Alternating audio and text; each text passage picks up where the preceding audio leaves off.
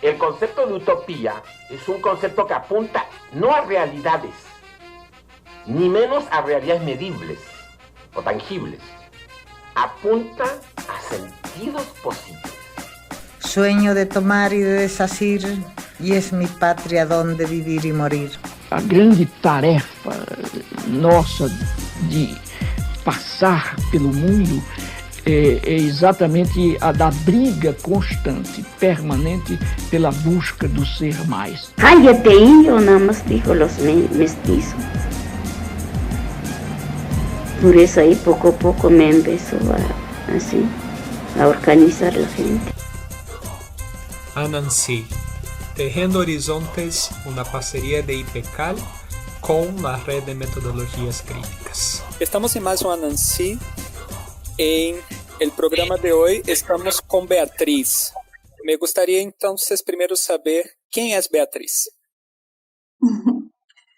Hola, yo soy Beatriz Orelluna, soy académica de la Universidad Academia de Humanismo Cristiano en Chile, soy decana de una facultad de pedagogía y participo hace muchos años en temas de pedagogía crítica y educación popular y también trabajo pedagogía en la memoria.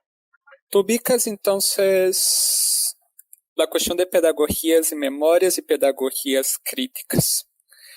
Tú estás en un contexto que es un contexto de Chile donde, por un lado, hay una universidad bastante productivista en términos de su lógica interna, y por el otro lado, que vive una contradicción de tener una de las dictaduras del Cono Sur que ha tenido un proceso más difícil en relación de memoria, ¿no? ¿Cómo que tú, que se propone pensar la pedagogía crítica y la memoria, se ubica en ese contexto? Mira, lo primero es que las universidades chilenas son universidades que también se mercantilizaron, las públicas y las privadas, digamos, se liberó el sistema y tanto las universidades públicas como las privadas, de una forma u otra, cayeron en un régimen mercantil. En los 90 yo diría que también una cierta desesperanza y una desconexión, además del mundo social. Hoy día con la pandemia pareciera que recién nos enteramos que Chile es un país pobre, ¿no? Como que una mitad de Chile, una parte importante de Chile vivía en otra esfera, ¿no? Como muy disociada del mundo real, del mundo social, etcétera. Yo tengo la impresión que la pandemia y el estallido del 8 de octubre han hecho un gran golpe, una bofetada en la cara para decirnos efectivamente éramos un país pobre y todo lo demás eran puras máscaras, ¿no? Entonces yo tengo la impresión que la pedagogía crítica, la educación popular, la pedagogía de la memoria, lo que siempre han hecho, por una parte, la memoria es conectar con un proyecto histórico popular, ¿no? Este pueblo tuvo proyecto histórico en la Unidad Popular, por supuesto, pero venía forjando ese proyecto histórico 100 años atrás, que fue interrumpido por un golpe brutal. Y ahí es muy importante que los sectores populares, el mundo popular, sepa que tiene y tuvo proyecto histórico, porque lo que hizo la dictadura fue fragmentar esa memoria, y la profundizó eso, fragmentó el lazo social, nos quebró, nos mandó uno para cada uno viviendo a solas con su mundo, ¿no? Y la pedagogía crítica también tiene un rol ahí muy importante en la lucha y en la defensa por la escuela pública, porque eso es muy importante en Chile. Tú sabes que desde el 2011 el movimiento estudiantil chileno viene peleando por recuperar la educación pública. Es una lucha, por supuesto, más antigua, pero ellos desde el 2011 logran modificar agendas políticas y pegarle, uno diría, al centro de lo político. Y la pedagogía crítica a mí me parece que ha acompañado su proceso, ¿no? Muchos profesores progresistas, profesores, movimientos de profesores, estudiantes secundarios y universitarios han estado en esa lucha. La lucha de la pedagogía crítica para mí siempre es la lucha contracultural, es decir, mostrar a contrapelo de lo que te está haciendo creer el sistema que es lo único posible. La pedagogía crítica, insisto, a contrapelo, intentando mostrar otros horizontes, otras miradas, develando aquello que se han atravesado, etcétera. Me parece que ese es el rol principal de la lucha cultural de la pedagogía. Me gustaría, antes de traer otras cuestiones que tú que tú dices en tu intervención, entender lo que entiendes como proyecto. Lo entiendo como un proyecto histórico, ¿verdad? Que es la consecución de ideas, miradas, proyecciones y metas colectivas. Para mí eso es un proyecto. Cuando un grupo o una comunidad o incluso un país o el sector más amplio de un país ha definido que tiene que luchar contra algo y quiere algo para sí, tiene un horizonte común, colectivo, tiene pasado colectivo, tiene sueños, tiene mirada, me parece que ahí se instala un proyecto, que no es la pura lucha reivindicativa, ¿no? Del momento, sino que tiene que ver con un horizonte futuro también. Es lo que queremos conseguir para la sociedad, para nuestros hijos, para el planeta. Cuando un grupo, un colectivo logra juntar sus sueños, sus ideales y ponerle meta y horizonte futuro, para mí eso se construye en un proyecto. Bueno, tú, la primera palabra que utiliza para nombrarse es académica.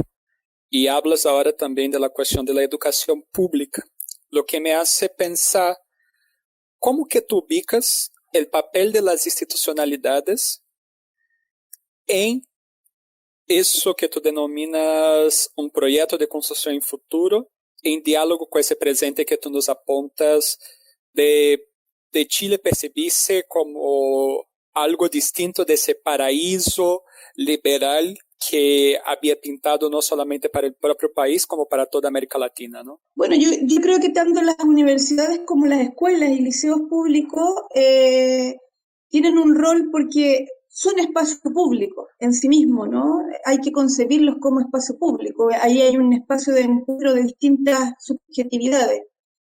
A mí me parece que lo primero que ocurrió en el caso chileno y en la mayoría de las partes es que se lucha por la democratización de esos espacios, ¿no? La lucha por democratizar esos espacios, ya sea por el gobierno estudiantil, ya sea por democratizar prácticas de aula, prácticas en el currículum, ¿no? Nosotros tenemos, no solo en los gobiernos escolares, sino también en los currículums prácticas tremendamente autoritarias y discriminadoras. Me parece que la primera lucha está ahí, en la democratización de esas instituciones, y luego cuando esas luchas se están dando, la pregunta que viene con natural a esas escuelas es el aporte de esas instituciones a la sociedad, o cómo esas instituciones se conectan a la universidad, a la sociedad.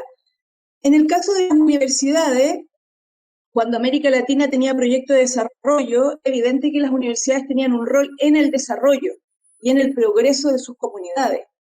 Pareciera que con el tiempo las universidades latinoamericanas también se mercantilizaron y están tremendamente suscritas a las agendas de distintas agencias internacionales y le preocupa más eso, ¿no? Un conjunto de papers que no lee nadie y una producción que está absolutamente disociada de la sociedad, que efectivamente aportar al desarrollo regional, local o comunitario.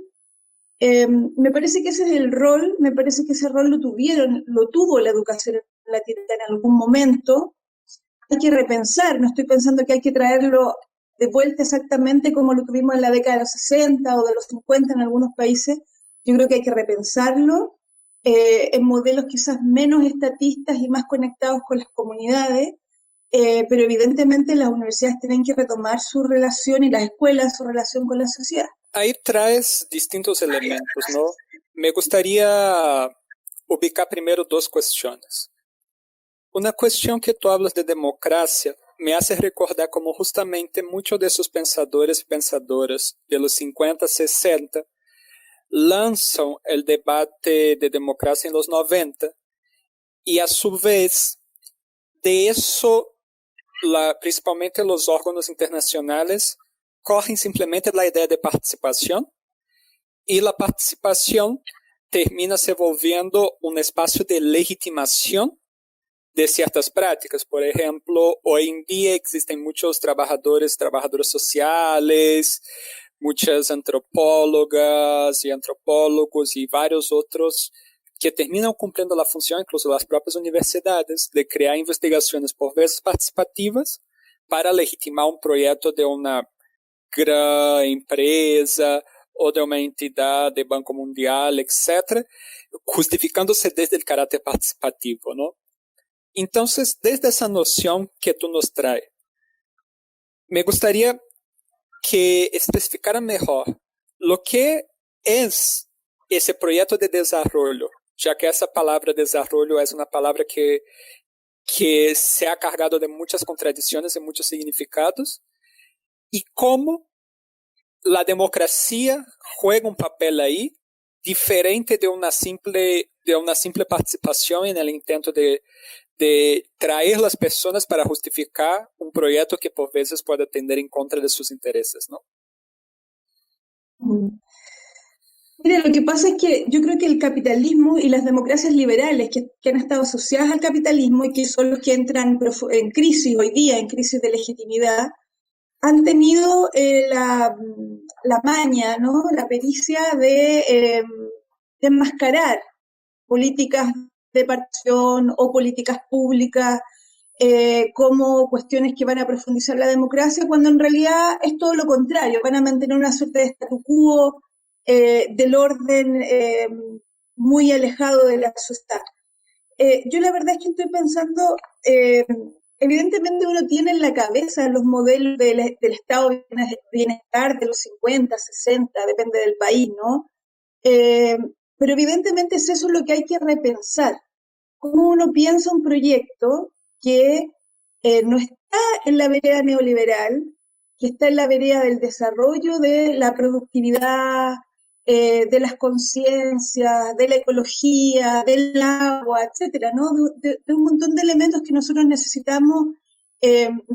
Tú tienes que pensar que en América Latina prácticamente desaparecieron las industrias de América Latina y lo que hicieron fue más bien llevarnos a todos a un modelo de exportación, a un modelo que tiene que ver con la especulación. Por lo tanto, yo sí creo que hay que pensar nuevamente el desarrollo. No tengo hoy día la noción absoluta de eso. Quizás tengo en la cabeza a Norbert Lichtenstein, que es un gran pensador que planteaba que no habría democracia sin desarrollo, que son dos cuestiones que están absolutamente intrínsecamente unidas y que habría que pensarlas permanentemente juntas. Lo que tú mencionas, nosotros lo hemos discutido como una democracia de baja intensidad. Donde todo lo que se hace es un acto performático de legitimación del orden, ¿no? Por ejemplo, nosotros hoy día en Chile vamos a acercarnos al segundo pacto social, que se llama así pacto social, y que se le muestra al mundo como el gran acuerdo entre la clase política, cuando nosotros sabemos que el 70% de los chilenos dice que no le cree a esa clase política, que sigue haciendo acuerdo en nombre del pueblo. Entonces, evidentemente, me parece que hay un motor muy importante para darle una vuelta en el pensamiento latinoamericano de qué es lo que vamos a entender por democracia, participación y desarrollo. Traes una cuestión que me parece bastante interesante, porque cuando dijiste la función de la pedagogía crítica, dijiste una función contracultural, ¿no? Y lo que acabas de decir me hace pensar las siguientes cuestiones. Uno de los elementos de la cultura liberal es justamente el mito del emprendedor, en el sentido de que el individuo va a ser capaz de sacarse solo adelante, ¿no? Y un riesgo que se ha percibido en algunas iniciativas que se dicen contrahegemónicas es caer en algo que por veces yo y otras personas hemos llamado de manera jocosa un extractivismo gourmet, que mantiene la misma relación de exportación primaria, pero en lugar de exportar soja, tú estás exportando fruta orgánica a Europa para que los hipsters de Europa puedan consumir algo más sano, ¿no? ¿Cuál crees que es el papel de la pedagogía crítica en ese ámbito que tú llamas de contracultura para repensar el papel mismo del desarrollo en los procesos de construcción de nuevos horizontes de futuro, como tú nombraste en algún momento, ¿no?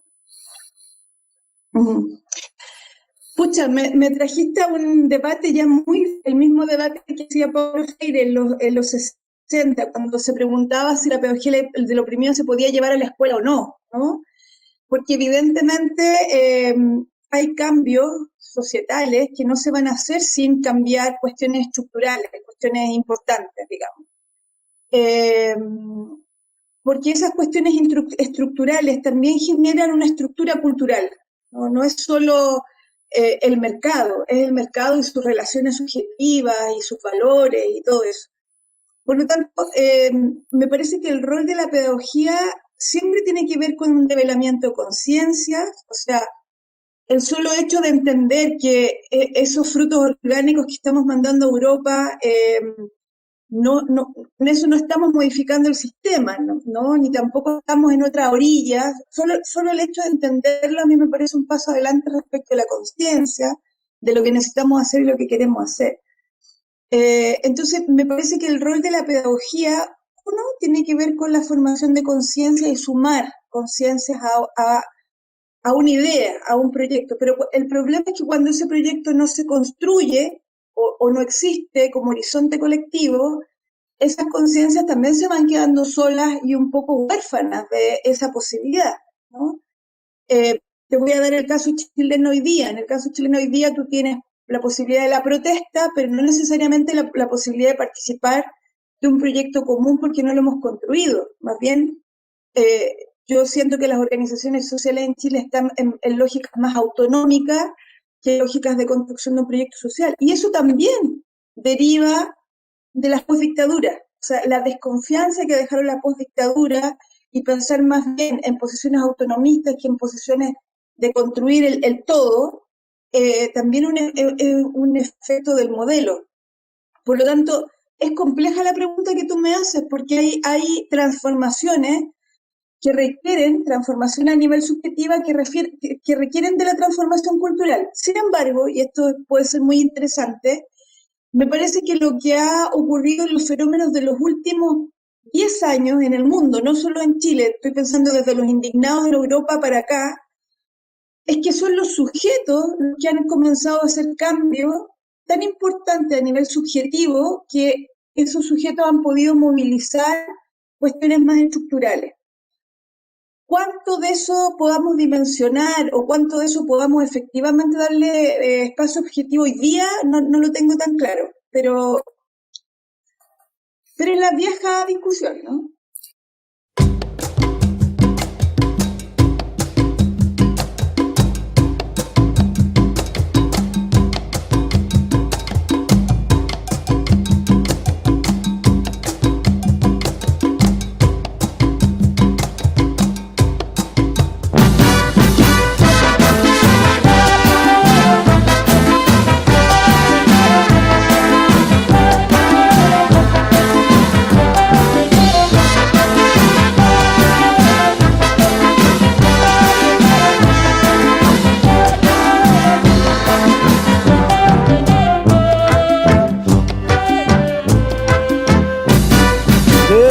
Amordazado, según la historia señala, conducido a Chachicala, el caudillo es masacrado.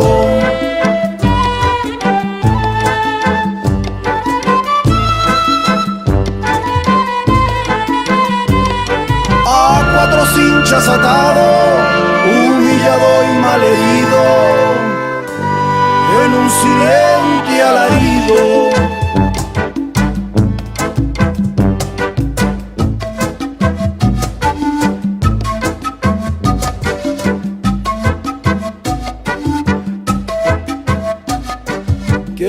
No admite vanagloria, catar y paso a la historia, con el cuerpo repartido, con el cuerpo repartido, con el cuerpo repartido, con el cuerpo repartido. ¡Arriba solo!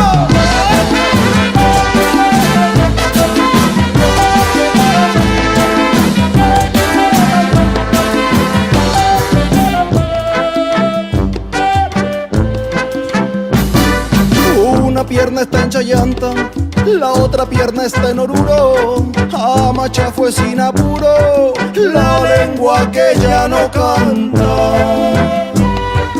¡Qué dolor!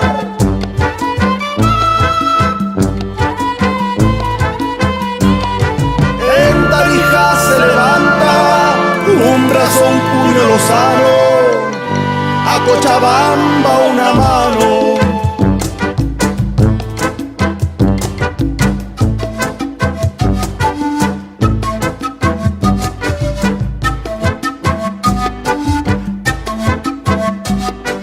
Llego volando en la brisa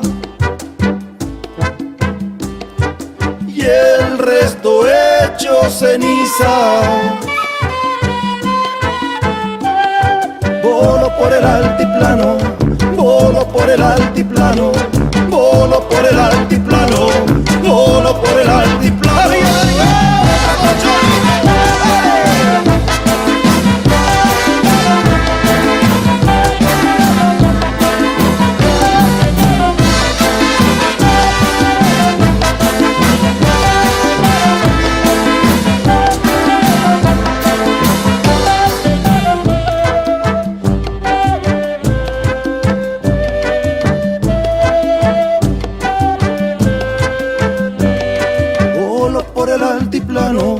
Con el cuerpo repartido, volo por el altiplano, con el cuerpo repartido, volo por el altiplano, con el cuerpo repartido, volo por el altiplano, con el cuerpo repartido. ¡Hey! ¡A la guay! Señoritos, hoy me matan, pero mañana volveré y seré millones.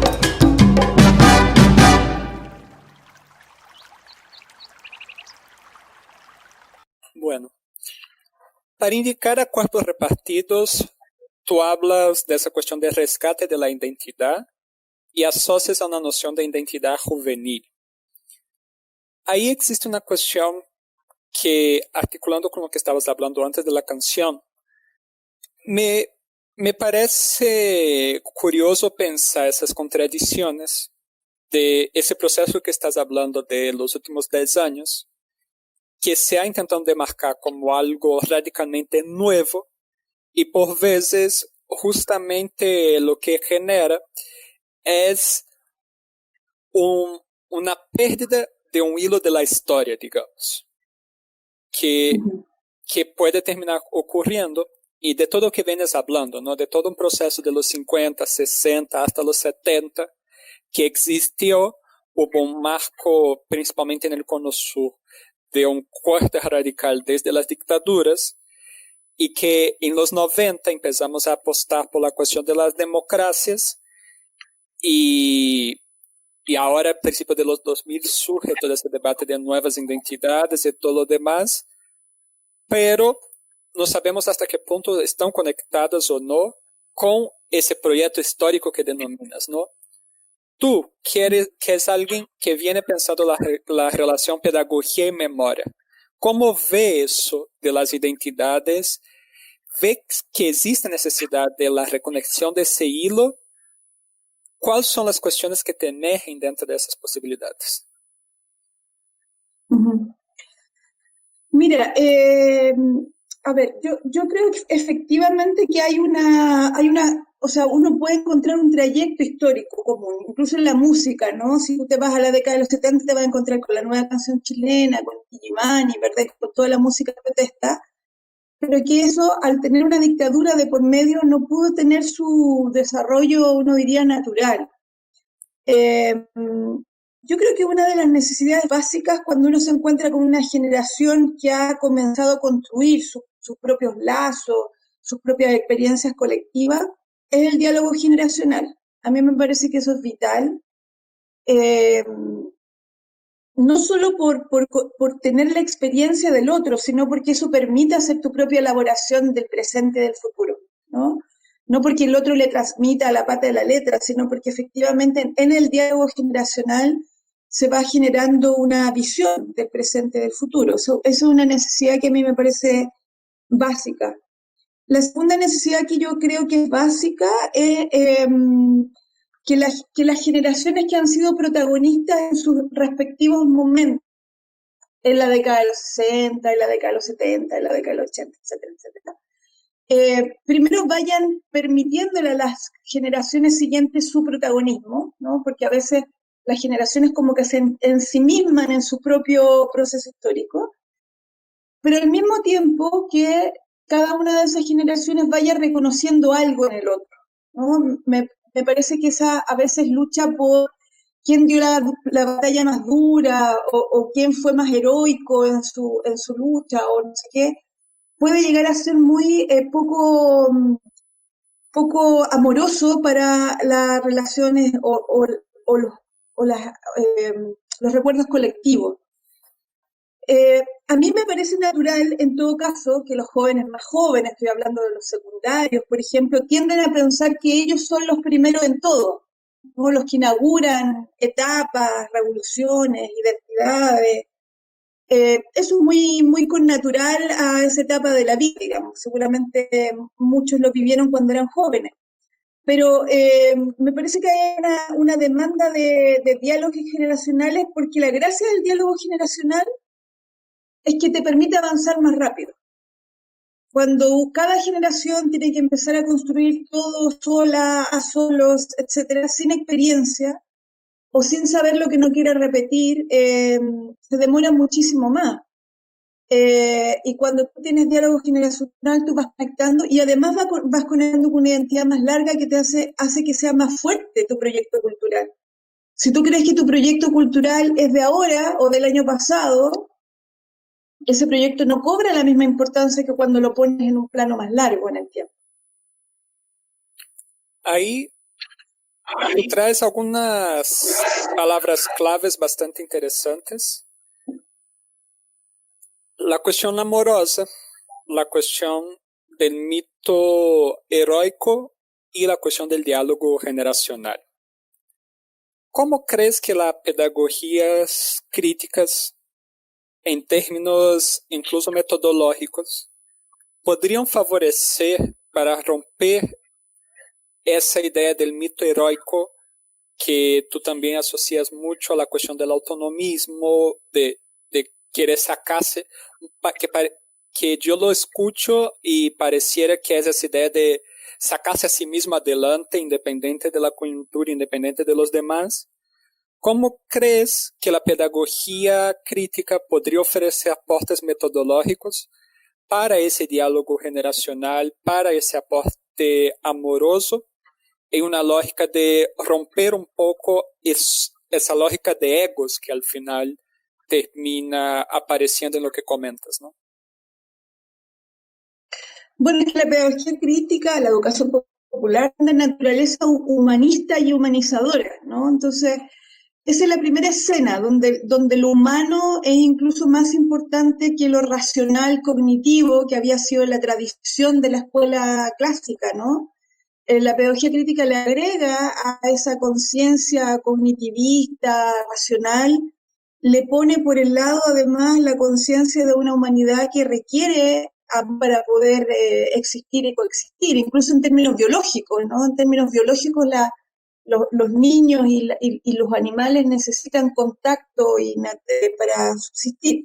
Por lo tanto, yo creo que la pedagogía crítica metodológicamente, desde el punto de vista del diálogo, por ejemplo, la pedagogía dialógica, la pedagogía problematizadora, pero insisto, no solo en clave cognitiva, sino el problema también pensado desde la empatía. Yo identifico un problema social, un problema humano, cuando empatizo con ese problema social y problema humano. Y cuando muchas empatías se juntan, entonces vamos formando una voluntad. A mí me parece que ese es el acto de la pedagogía crítica, ¿no? Cuando analizamos la realidad, no lo analizamos solo desde la cognición, lo analizamos desde la voluntad, desde la empatía, desde el cuerpo, ¿no? Todo el cuerpo puesto en una acción que permite transformar la realidad.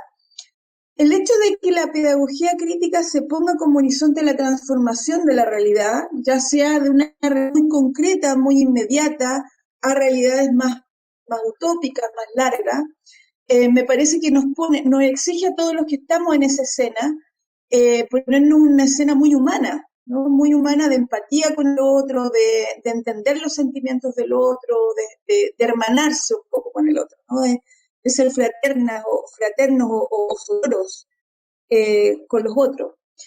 Yo creo que ese es el rol de la pedagogía crítica, que juega desde lo humano a lo cognitivo, bueno, todo eso es humano, ¿no? Pero quiero decir, la escuela moderna lo fragmentó y te dejó sin lo humano, te dejó solo lo racional. Entonces creo que desde hace muchos años me parece que ese ha sido un rol muy relevante de la pedagogía crítica, que no es solo el develamiento racional de la realidad y desde perspectivas muy... también metodológicamente la pedagogía crítica ha impulsado otras formas de hacer las cosas.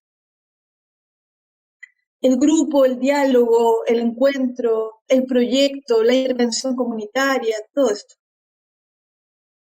Para cerrar, me gustaría saber cuáles son tus sueños. Wow, yo tengo muchos sueños. Bueno, yo primero tengo un sueño muy concreto hoy día que tiene que ver con mi país, con Chile.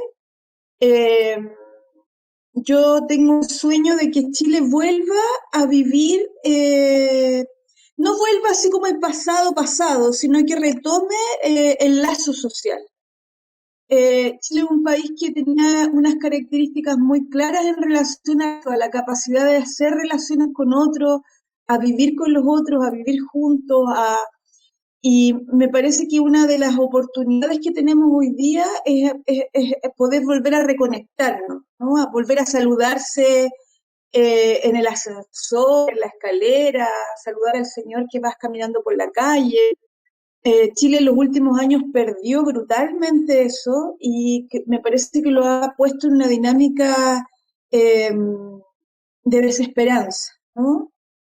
Más allá de cuál sea el proyecto político nuevo que Chile pueda levantar y que espero efectivamente que este camino que nosotros nos hemos dado de asamblea constituyente nos lleve por la orilla de la justicia, yo además de eso quisiera un cambio cultural importante en la humanización de nuestras comunidades y de nuestras relaciones. Ese es el primer sueño público. Y sueños privados, bueno, tengo muchos sueños privados, pero uno de los más importantes es la familia, reunir a la familia, porque en este minuto estamos todos dispersos por todos lados. Nancy es un proyecto sembrado desde IPECAL, el Instituto de Pensamiento y Cultura en América Latina. Acesse nuestro site www.ipecal.edu.mx o nuestra página de Facebook para conocer un poco más de nuestro proyecto.